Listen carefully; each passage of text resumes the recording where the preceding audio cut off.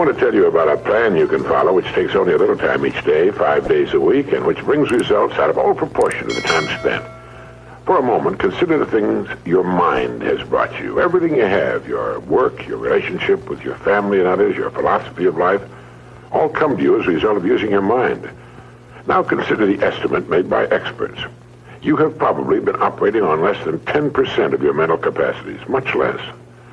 Dr. Herbert Otto, psychologist, educator, and chairman of the National Center for the Exploration of Human Potential, reminds us that many well-known scientists, such as the late Abraham Maslow, Margaret Mead, Gardner Murphy, O. Spurgeon English, and Carl Rogers, subscribe to the hypothesis that man is using a very small fraction of his capacities. Margaret Mead quotes a 6% figure. Herbert Otto writes, "My own estimate is 5% or less." Neurological research at the UCLA Brain Research Institute points to enormous abilities latent in everyone by suggesting an incredible hypothesis. The ultimate creative capacity of the human brain may be, for all practical purposes, they pointed out, infinite. To use the computer analogy, man is a vast storehouse of data, but we have not learned how to program ourselves to utilize these data for problem-solving purposes. Yefremov, the eminent Soviet scholar and writer, says man under average conditions of work and life uses only a small part of his thinking equipment. If he were able to force our brain to work at only half its capacity, we could, without any difficulty whatever, learn 40 languages, memorize the large Soviet encyclopedia from cover to cover, and complete the required courses of dozens of colleges. Now, this statement is hardly an exaggeration. It is the generally accepted theoretical view of man's mental potentialities. Now, how can we tap this gigantic potential? Well, it's a big and very complex problem with many ramifications. But as Herbert Otto points out, it is clear that persons who live close to their capacity, who continue to activate their potential, have a pronounced sense of well-being and considerable energy. They see themselves as leading purposeful and creative lives. If everything you have is the result of using just 10% of your mind, consider for a moment what it will mean to you and your family if you can increase this percentage. Now, none of us, as a rule, has the slightest notion of the real capabilities of his mind. But believe me when I say that your mind can be compared to an undiscovered gold mine. And it makes no difference whether you're 17 or 70. Look at it this way. Your goal is in the future. Your problem is to bridge the gap which exists between where you are now and the goal you intend to reach. This is the problem to solve. Robert Seashore, when chairman of the Department of Psychology at Northwestern University, pointed out that successful people are not people without problems. They're simply people who've learned to solve their problems. And there you have it.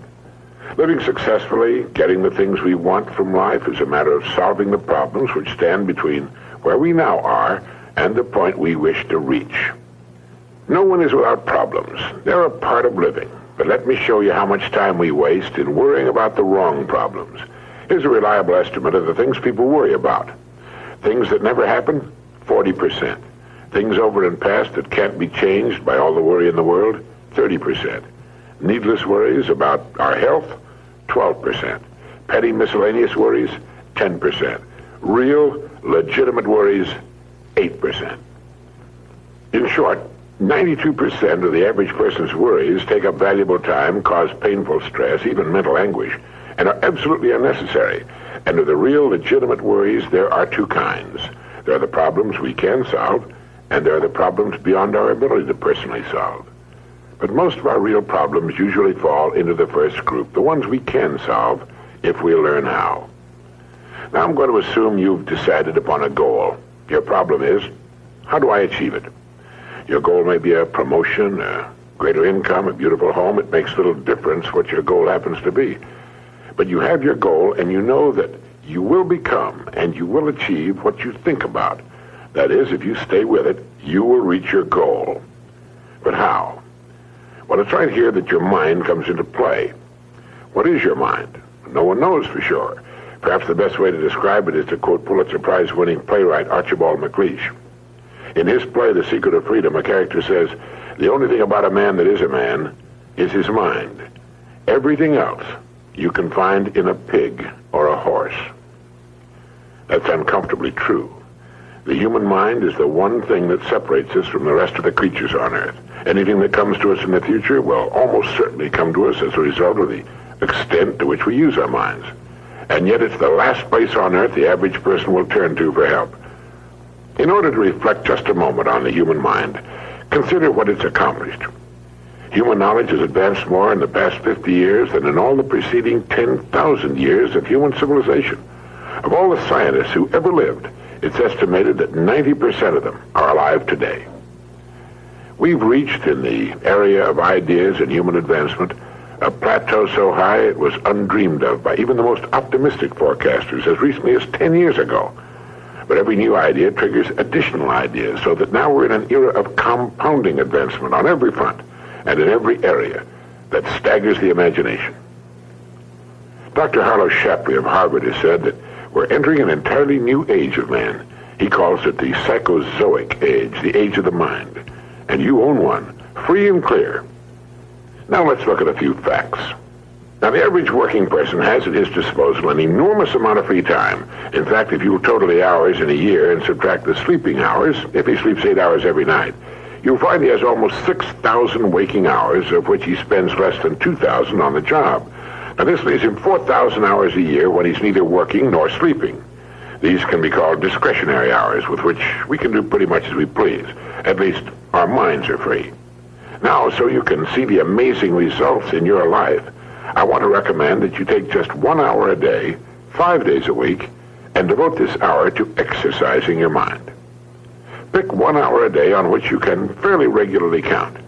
And during this hour every day, take a completely blank sheet of paper. At the top of the page, write your present primary goal, clearly, simply. Then, since our future depends upon the way in which we handle our work, write down as many ideas as you can for improving that which you now do. Try to think of 20 possible ways in which the activity that fills your day can be improved. You won't always get 20, but even one idea is good. Now remember 2 important points with regard to this. 1, this is not particularly easy, and 2, most of your ideas won't be any good. Now, when I say it's not easy, I mean it's like starting any new habit. At first, you'll find your mind a little reluctant to be hauled up and out of the old familiar rut. But as you think about your work and ways in which it might be improved, write down every idea that pops into your mind, no matter how absurd it might seem. Let me tell you what will happen. Some of your ideas will be good and worth testing. The most important thing this extra hour accomplishes, however, is that it deeply embeds your goal into your subconscious mind, starts the whole vital machinery working. And 20 ideas a day, if you can come up with that many, total 100 a week, even if you don't think on weekends. An hour a day, 5 days a week, totals 260 hours a year, and still leaves you 3,740 hours of free leisure time. Now, this means you'll be thinking about your goal and ways of improving your performance, increasing your service, 6.5 full extra working weeks a year. 6.5 40-hour weeks devoted to thinking and planning. Can you see how easy it is to rise above the so-called competition? And will still leave you with 15 hours a day to spend as you please. Starting each day thinking, you'll find that your mind will continue to work all day long. You'll find that at odd moments, when you least expect it, really great ideas will begin to pop into your mind. And when they do, write them down as soon as you can. Just one great idea can completely revolutionize your work and, as a result, your life. If you want to develop the muscles of your body, you take daily exercise of some sort. Well, the mind is developed in the same way, except that the returns out of all conceivable proportion to the time and energy spent. I've used this system for years, and it's given me some of the most gratifying and rewarding experiences of my life. And it costs only 5 hours a week. 5 hours out of 168. Is it worth it? It's like spending 5 hours a week digging in a solid vein of pure gold, because your mind is all of that and much more. Each time you write your goal at the top of the sheet of paper, don't worry or become concerned about it. Think of it as only waiting to be reached, a problem only waiting to be solved. Face it with faith and bend all the great powers of your mind toward solving it. And believe me, solve it, you will. Now let's briefly recap. This week, start spending 1 hour each day getting as many ideas as you can. Try for 20 a day on ways to improve what you're now doing. Remember, the achievement of your goal very likely depends upon it, as does your whole future. 2, If everything you now have is the result of using, say, 5 to 10% of your mental abilities, you can imagine what life will be like if you can increase this figure to 20% or more. 3. Successful people are not people without problems. They're simply people who've learned to solve their problems. 4. Don't waste time and energy worrying about needless things. 40% of them will never happen, 30% have already happened and can't be changed, 12% are needless worries about our health, 10% are petty miscellaneous worries, and only 8% are real. Try to separate the real from the unnecessary and solve those which are within your ability to solve.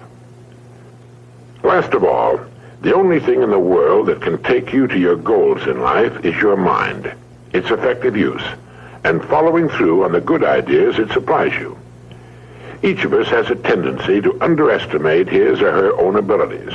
We should realize that we have, deep within ourselves, a reservoir of great ability, even genius, that can be tapped if we'll just dig deep enough.